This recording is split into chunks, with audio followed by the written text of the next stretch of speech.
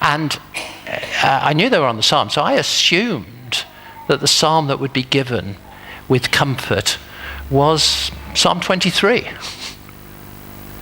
Yeah, it's the one that we all think of, isn't it? Yea, though I pass through the valley of the shadow of death, you'll be with me. Your rod and your staff bring me comfort.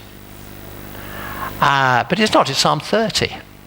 And I looked through Psalm 30 and I couldn't find a word for comfort in it. And I thought, why is that there? And then Jane, the fount of all wisdom, said she thought of Harold comforting his troops. And, it's comforting troops in the midst of a battle that they're losing. It's quite a tough option. And we all thought that we'd heard that in Roman army there was somebody called the Comforter, who was sort of a man with a spear who came up behind people to prod them forward, give them strength because they knew they couldn't go back. But in fact, if you look at the Hastings tapestry, it's a copy of the Geater tapestry, you'll find the panel that says, Harold comforteth his troops. It's actually a picture of Harold with his visor raised, showing his face. And apparently in the midst of the battle of Senlac Hill, Battle of Hastings, there was a rumour that Harold had been killed. And the army started to lose heart and felt if their leader was killed, they would disperse, they would run. And so Harold, to give them strength, raised his visor and rode amongst his troops to show his face. Now, I thought that was an interesting parallel with the psalm here. And to look at times when God hides his face. We have actually a picture of that. Have we got the picture of the tapestry? You can see the raised visor, so the troops can say, hey, our king is alive. And I think it's really good for us as Christians to actually look at God's face. So often we say, oh, I can't see God, but we're looking the wrong way. And so if we can actually look at God's face and say, our king is alive, does that encourage us? Does that give us comfort? It gives comfort, as Jane said, fortis, strength. Comfort doesn't just go with the word comfortable. And I think it's this change of meaning of comfort which actually causes some misunderstandings. Now, in a few weeks' time, how many weeks' time? When's Karen going? 2 weeks. 2 weeks' time, one of our elders is climbing Mount Kilimanjaro, which I believe is 19,341 feet, thereabouts. And it is pretty high. Now, she's doing this to raise money for a children's educational program, which is incredibly worthwhile, and she'll be working in that program for a bit before she climbs the mountain. And she does a lot of training, rigorous training program, because you cannot climb a mountain like that without training. It needs discipline. In the Christian life, we need discipline. So often we say, oh, no. So doddle. People who try to climb Kilimanjaro without training don't succeed. She also has had to get special equipment. She's got good boots. And I'd like to talk about Karen's boots. Because what are the two things that boots need to be if you're going to face a real challenge? Comfortable and strong. Comfortable and strong. I mean, if you just want comfortable shoes, you go and buy a pair of carpet slippers. You won't get up Kilimanjaro in carpet slippers. And often we confuse this thing about the Christian life brings comfort. It's carpet slipper land. But that's not what God has called us to. Okay, you take the boots off at the end of the day and you put on carpet slippers and sit by the fire and God gives you rest. Psalm 23 reminds us that, green pastures, still waters, they're part of our Christian calling. To just be given that rest, that reassurance, God, you love me. Time to be like that with God. But the time then comes to take off your comfortable carpet slippers and put on the boots that are fit for purpose. But they have to be comfortable. Jesus said, come to me, you who are weary, and I'll give you rest. A lot of people say that, it's nice. But he then went on to say, take my yoke upon you. My yoke is easy and makes my burden light. And I thought this, cows don't have a yoke put on them in order to eat grass in a pasture. So when Jesus is saying, take my yoke upon you, he's saying, you're in a pasture to feed, but you're feeding in order to do work. And if you busy yourself doing work that I've not called you to, you're going to find yourself tired out.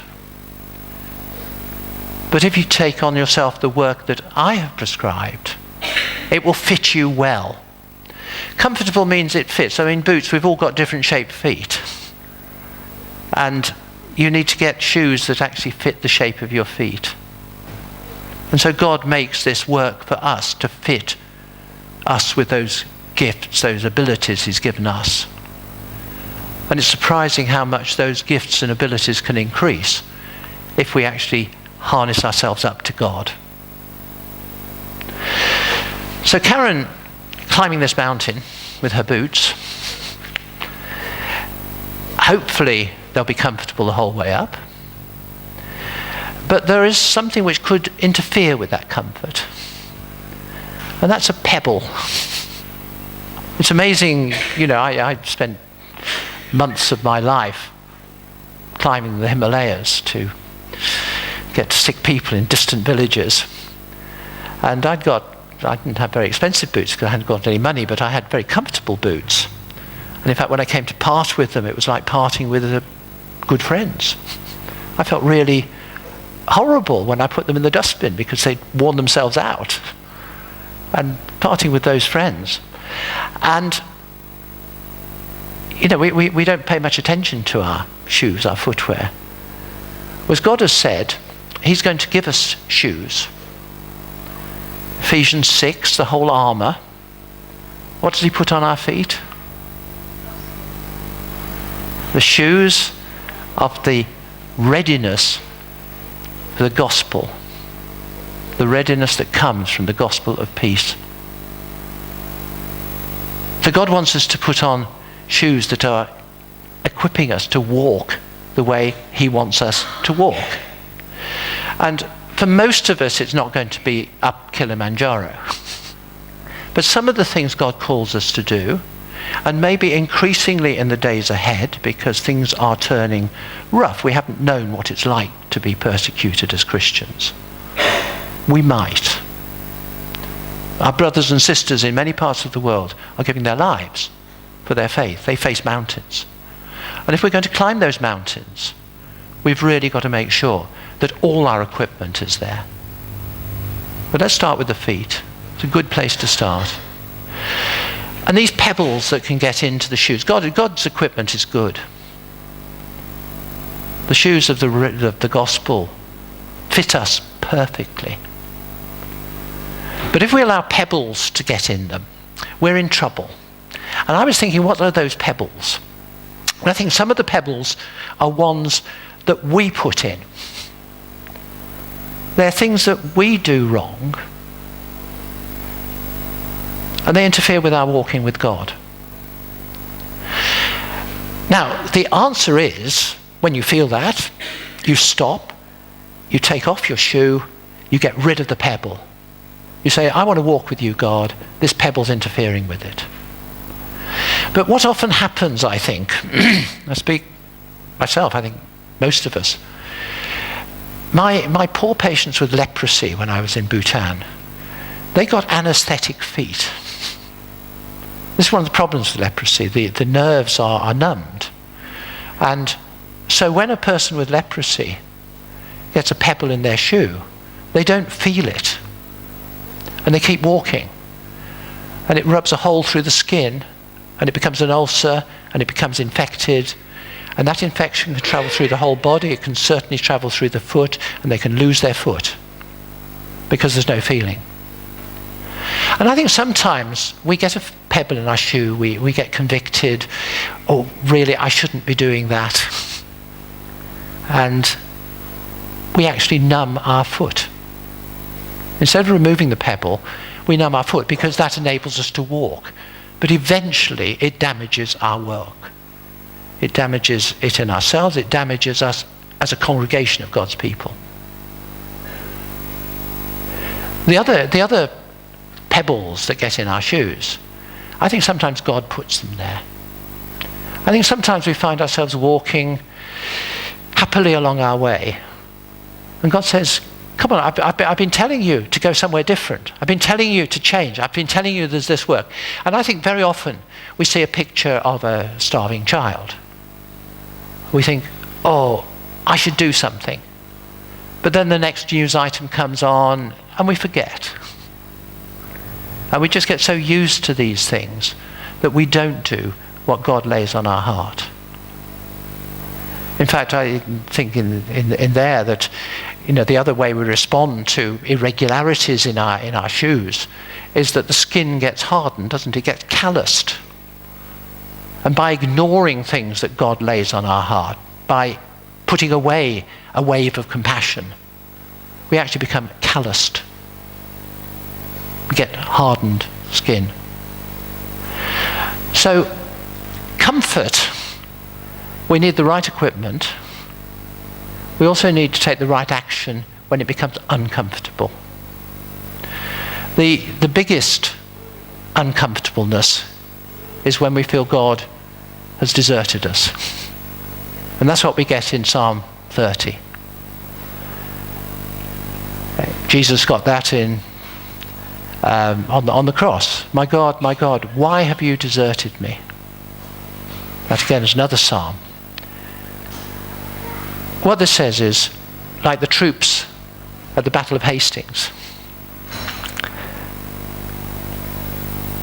God will show his face if we turn to him.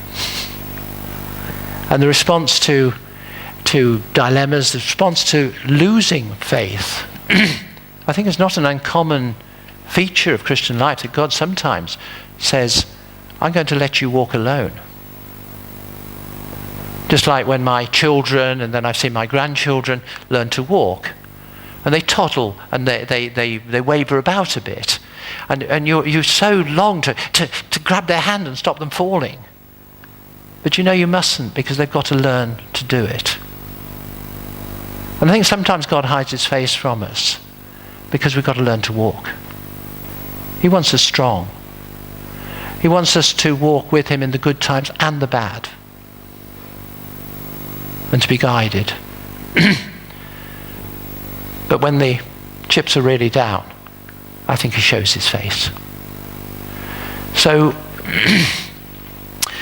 can we remember this picture of King Harold? It's down in our town hall or somewhere, it's basement of White Rock. I don't know where the Hastings Tapestry is now. But showing his face to the troops in the midst of battle, when the going gets tough for us, can we look and see our God, who is not hidden? In Jesus Christ, he raised his visor so that we can see the face of God. Amen.